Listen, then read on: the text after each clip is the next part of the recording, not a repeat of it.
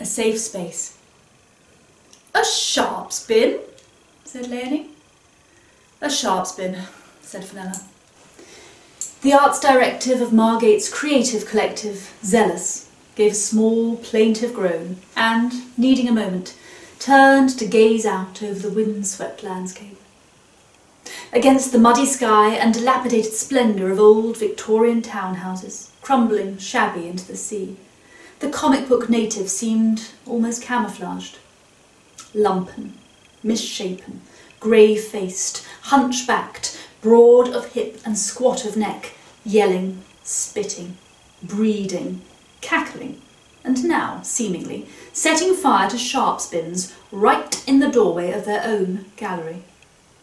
"On opening day too," said Fenella, twisting Palestinian olive wood beads around her dainty, painty fingers, a nervous gesture which indicated she was coming mightily close to the end of her leash. How could they? I doubt they even knew it was opening day. Yes, but that's worse. Why don't they know? There are posters up in all the cafes. They don't go in cafes. And it's all over Twitter. They don't go on Twitter.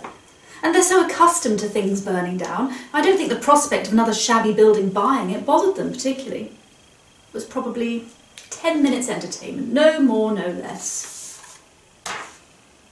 Fenella joined her at the window. Fresh from university, thin, brittle, stamped through with angst and inherited wealth. Sort of like performance art, street theatre. Leonie frowned at this untimely effort at humour, and Fenella's guts curdled. She looked out towards the slippy, dog-turd, beer-can-coated street, wrinkling her nose. All her features were perpetually wrinkling into one another, as if they didn't have the strength of will or presence of mind to stand alone. Eyebrows into nose, lips into chin, and anxious, melting waxwork. In her 9th-month sojourn at Zealous, Fenella had developed a crush on Leonie that had burnt and grown in her shrunken breast, and now threatened to spiral out of command and into the self-destructive.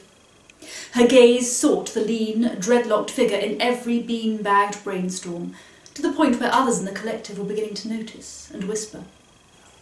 The more she tried to control her anxious, plaintive gaze, the more nervous she became, and the more she sought the calm, efficient presence of her mentor, a wretched, horny circle. She reached out for Leonie's hand, which was gripping the windowsill, paint-spattered knuckles still visibly white, and gave it an awkward pat. "It's not your fault, Lele. Don't blame yourself." "I'm not," Leonie began, furious, but her crisp tones were promptly smothered under the noise of a young man being ejected from Poundland, while his chums stood round cheering. "He weren't even bandmate. You're a not venture." As one, they tried to rush the doors, while the sole, chubby security guard, why are they always so chubby, tried vainly to restrain them, much laughing and screaming. Leonie groaned again. 9, 10 in that little gathering. Might have been one of them that set the sharps bin alight, who knows? Might have been any number of others. I can't tell them apart, can you? They all look the same, Fenella agreed with indecent haste. They all dress the same, they all sound the same, and yes, they might, any of them, have thought it a lark to set fire to a bin on our doorstep. We could check the CCTV, but there are no police, and anyway, as you say, they all look the same. Like rats, or cockroaches. Well...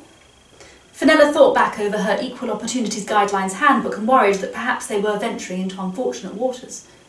But the chance of a moment's intimacy with her beloved was too tempting to besmirch with policy talk. Discreetly, she moved a little closer until she could smell... was it jasmine? Hummus. She took a great deep gasp of Leonie, inches from her ear, disguising it as a tortured sigh. Leonie twitched as her dreadlocks rustled in the resultant breeze, then slammed her glasses further up her nose. After all we've done for them. This town was a dump before we got here. A dump, sinking into the sand. Nothing whatsoever going for it. All saggy benefit mums, arcades, KFC, not a single shop, not one. We bring culture, art, money. And what do? Set fire to it. I'm going.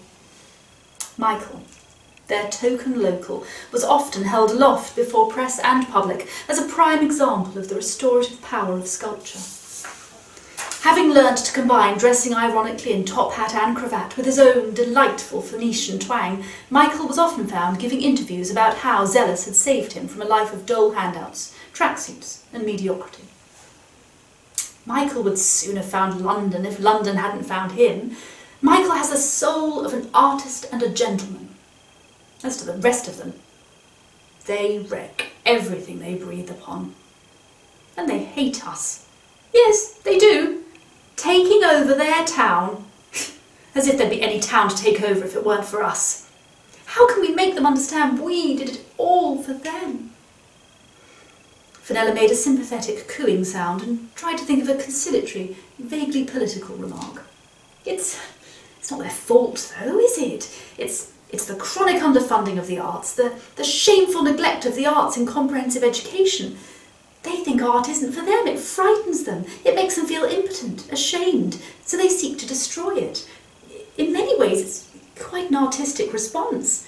And there are more and more interesting people arriving every day, you must admit. I mean, as Leonie turned a steely eye upon her, more arty, interesting sorts, you know, who want to see the town succeed, who've understood how art can console. Leonie had, of recent months, become uncertain how much of a consolation art could be. Usually, on an average weekday, Leonie never doubted her own absolute importance. By being Leonie, the world owed her everything. And even though the world generally paid up very little, simply by remaining Leonie she stayed perpetually its bitter, expectant creditor. While she waited, Fenella paid her reverent homage, and up to now that had compensated somewhat for the world's indebtedness. But a fire, laid under her arty nose, had sent her introspective. A failure in London, a failure in Brighton. She'd imagined Margate surely would yet remain in awe of her. For what was Margate but a shabby seaside backdrop for Leonie's splendour? But Margate seemed more contemptuous than anywhere else.